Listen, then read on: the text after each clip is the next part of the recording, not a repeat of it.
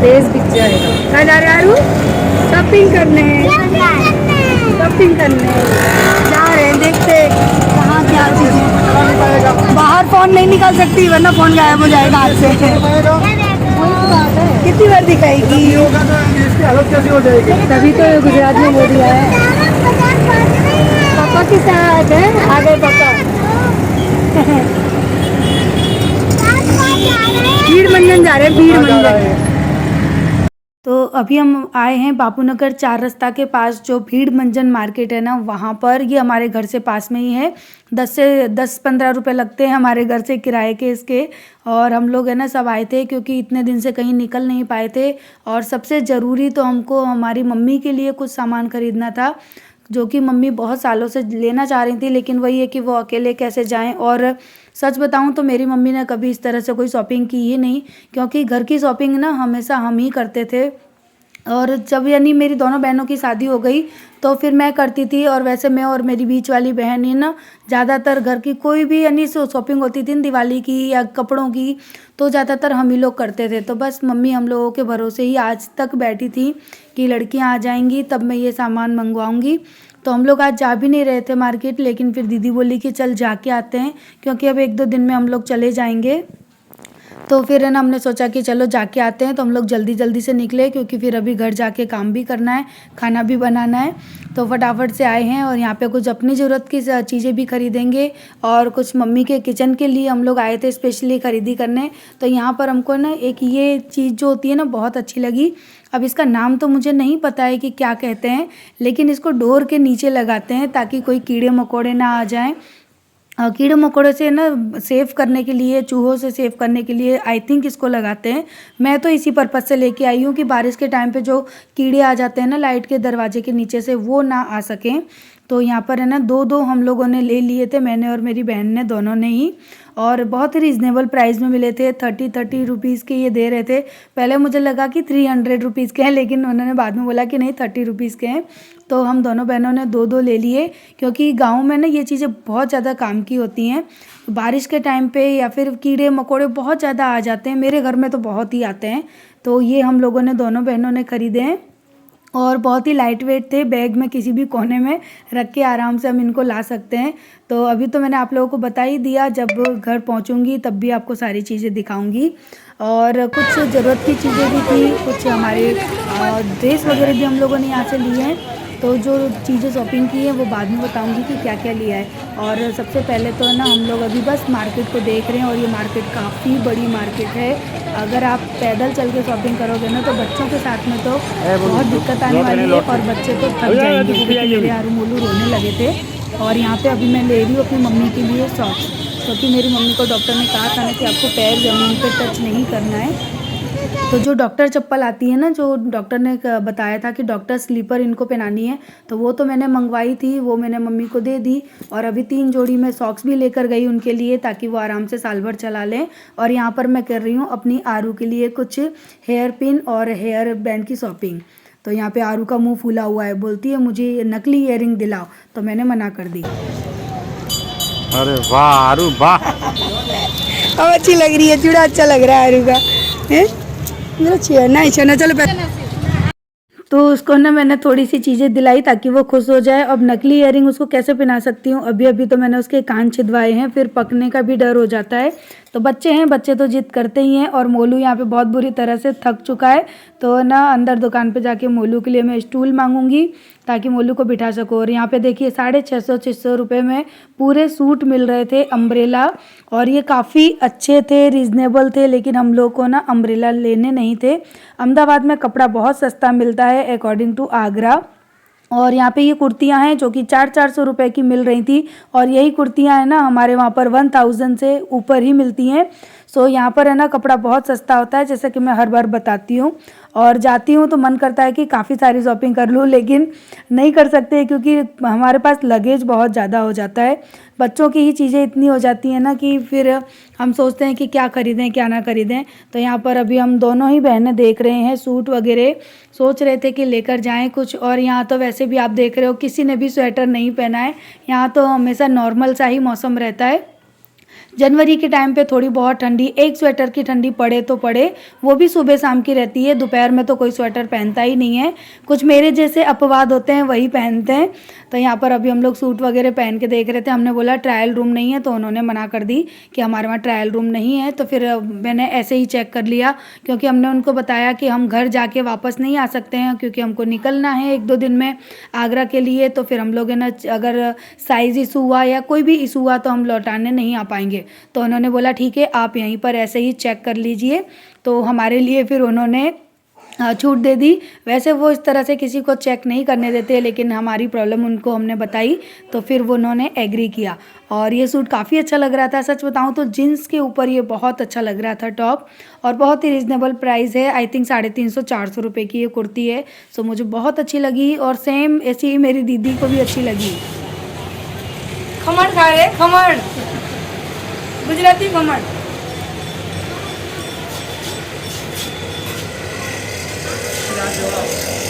तो हम दोनों बहनें यहाँ पर खा रही हैं खमण। आरू को, मुझे और मेरी दीदी, हम तीनों को खमण बहुत अच्छा लगता है। और जय ने भी खाया था थोड़ा सा, लेकिन उनको थोड़ा कम पसंद है। लेकिन हम लोगों को तो ना कोई भर पेट खिला दे तो हम लोग वही खा लें। बचपन से चीज़ें खाई हैं तो अच्छी लगती हैं। और अब हम आ चुके हैं घर पे। तो ये स्टैंड लेकर आए थे, यही कुछ ज़रूरी चीज़ें थी जो मम्मी के किचन के लिए लानी थी। तो स्टैंड को धो के साफ़ कर लिया है, और अब इसको ना हम लोग अरेंज कर रहे हैं दोनों बहनें मिलके। तो पता है क्यों आज हम लोग स्पेशल इसीलिए गए थे कि ना हम लोग चले जाएंगे तो फिर मम्मी को ये सारा सामान लाके कौन देगा। तो इसी वजह से हम दोनों बहनें गए, और मम्मी के किचन के लिए ये स्टैंड और एक बास्केट और वाइपर, ऐसी छोटी मोटी काफ़ी चीज़ें थी जो कि मम्मी को चाहिए थी, और उसके बिना मम्मी परेशान होती थी।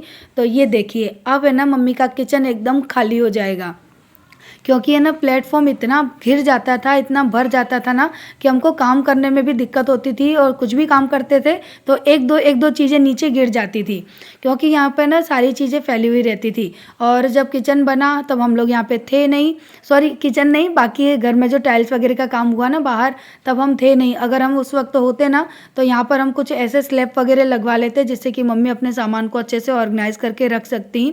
सो चलो, अब आए हैं तो कुछ तो मम्मी की हेल्प करके जाएंगे ही। तो यहाँ पर मैंने सारा सामान है ना अभी स्टैंड के अंदर अच्छी तरह से अरेंज करके रख दिया, घी के डब्बे वगैरह सारी चीज़ें, ताकि मम्मी इजीली उनको ले भी सकें, और पूरा स्लैब है ना जो वो खाली खाली दिखे। सो यहाँ पर मैंने ना साइड में अरेंज कर दिया, और ये बास्केट लेके आए हैं ताकि जो बर्तन है ना छोटे मोटे, वो यहाँ से क्या है कि हम धो के रखते थे तो वो गिर जाते थे। तो मैंने बोला कि मम्मी बड़ी बास्केट यहाँ से हटा दो, क्योंकि बड़ी वाली ये जो बास्केट है ना, इसकी वजह से पूरा प्लेटफॉर्म घिरा हुआ रहता था। तो वो मैं अभी खाली कर रही हूँ, सारे बर्तन स्टैंड में लगा रही हूँ। तो छोटी बास्केट हमने कर दी है यहाँ अलमारी में अरेंज। बर्तन धोइए फटाफट से, डायरेक्ट अलमारी में रख दीजिए। और यहाँ पर कोई खारे पानी का इशू भी नहीं है, सो गंदगी होगी, एकदम साफ़ सुथरा ही रहता है पानी की वजह से।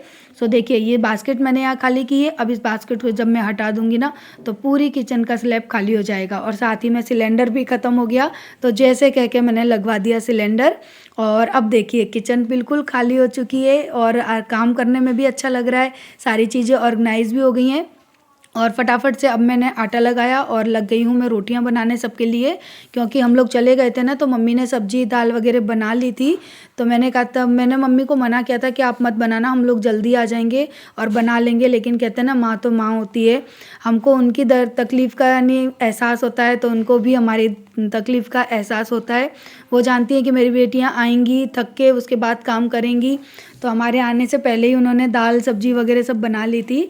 फिर मैंने फटाफट से आटा लगाया और अब मैं रोटियां बना रही हूँ। किचन पूरी मैंने साफ़ कर दी है, और अब देखिए कितनी अच्छी लग रही है ना किचन। और जब मैं ना बर्तन वगैरह करके एकदम साफ़ करके रखूँगी ना शाम को, तो और भी अच्छी लगेगी। लेकिन वही है कि पूरी तरह से प्रॉपर तरीके से वीडियो शूट नहीं कर पाई है, क्योंकि मैं काम में बहुत ज़्यादा बिजी थी और काफ़ी लेट हो गए थे सबके लिए। तो सबको मैंने फटाफट से बनाती गई खाना, सबको थाली परस के दे दी मैंने कि तुम सब लोग एक साथ बैठो और आराम से खाना खाते रहो। तो जितने भी ऑयल के कंटेनर थे ना, वो सारे मैंने स्टैंड में रख दिए हैं ऊपर। और कुछ मम्मी के जैसे मसालदानी है और काफ़ी छोटी मोटी चीज़ें जो स्टैंड पर यानी प्लेटफॉर्म पर रखी थी, वो सारी स्टैंड में अरेंज हो गई, और बहुत ज़्यादा स्पेस भी वहाँ पर नहीं जा रहा है। सो बस वही है कि अब मम्मी इस उम्र में ये सारी चीज़ें नहीं कर पाएंगी जो कि हम कर सकते हैं। सो आज मम्मी के किचन को कर दिया और ऑर्गेनाइज, और इसका कहीं ना कहीं मेकओवर भी हो गया। और यहाँ पर अभी जे लेकर आए हैं हैं ये शुगर नापने की मशीन, क्योंकि मम्मी के पास ये मशीन थी नहीं और हर वक्त बाहर जाके शुगर चेक कराना तो पॉसिबल नहीं होता।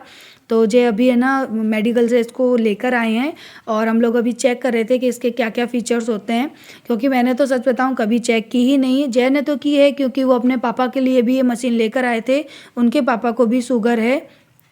तो पहले लेकर आए थे, क्या पता अब उनके पास है या उन्होंने फेंक दी, हमको उसके बारे में अब तो कुछ पता ही नहीं है। और तो जब हम अपने माँ बाप के लिए ला सकते हैं तो सास ससुर के लिए क्यों नहीं, क्योंकि ये मेरे भी माँ बाप हैं और जय के भी। और जब हम लोग जय के माँ बाप की सेवा कर सकते हैं तो जय मेरे माँ बाप की क्यों नहीं कर सकते हैं। तो और मुझे ये चीज़ कहने की ज़रूरत नहीं पड़ती है, जय इस चीज़ में बहुत अच्छे हैं। जैसे कि वो अपने भाई की केयर करते थे जब उनको कैंसर हुआ था, अपने मम्मी पापा की केयर करते हैं जब उनको तकलीफ़ होती है, और उसी तरह से आज मेरे मम्मी पापा को तकलीफ़ है तो उन्होंने यहाँ भी आके बहुत अच्छे से अपनी है ना सेवा दिखाई, जो कि उनका धर्म है, फ़र्ज भी है। सो इस चीज़ से मैं सच में जय को बहुत दिल से थैंक्स बोलती हूँ कि इस चीज़ में मैं बहुत भाग्यशाली हूँ कि ये ना वो अपने माँ बाप की भी ऐसे ही देखभाल करते हैं और साथ ही आज उन्होंने मेरे माँ बाप की भी इसी तरह से देखभाल की। तो वो लड़कियाँ बहुत भाग्यशाली होती हैं जिनके पति उनको हर चीज़ में सपोर्ट करते हैं। और यहाँ पर है ना अभी मम्मी की तो डायबिटीज़ चेक कर ली थी और अभी हम पापा की चेक कर रहे हैं, क्योंकि पापा को भी है पर नॉर्मल रहती है उनका शुगर इशू नहीं हो पाता है। लेकिन पापा के फिंगर में ना ब्लड ही नहीं आ रहा था, 2 से 3 बार जैने ब्लड निकालने की कोशिश की लेकिन उनके फिंगर में आ ही नहीं रहा था। तो हम लोगों ने कहा कि चलो जैसे भी हो, लेकिन फाइनली सही बताऊं तो मम्मी की तो शुगर चेक हो गई थी लेकिन पापा की हो ही नहीं रही थी क्योंकि ब्लड का इशू हो रहा था। तो फिर जय ने बोला कि चलो एक बार और चेक करते हैं, तो देखो अभी दोबारा चेक कर रहे हैं फिर भी नहीं आया। तो इस उम्र में ये सब चीज़ें हो जाती हैं। तो ये सुबह हमने चेक की थी और इसके बाद है ना मैं आ गई नीचे, हमारे जो किराएदार हैं ना उनके वहाँ ये बना रही थी क्या बोलते हैं, हाँ, पकौड़ी का पानी। तो मैंने सोचा कि चलो इसको शूट करते हैं, तो ये वीडियो आरू से शूट करवाई थी मैंने। तो यहाँ पर इन्होंने हरी मिर्च का पेस्ट डाला है काफ़ी सारा, और उसके बाद ये पानी है, पानी के अंदर हरी मिर्च का पेस्ट डाला है, कुछ मसाले और पहले डाल चुकी थी तो वो हमने शूट ही नहीं कर पाया।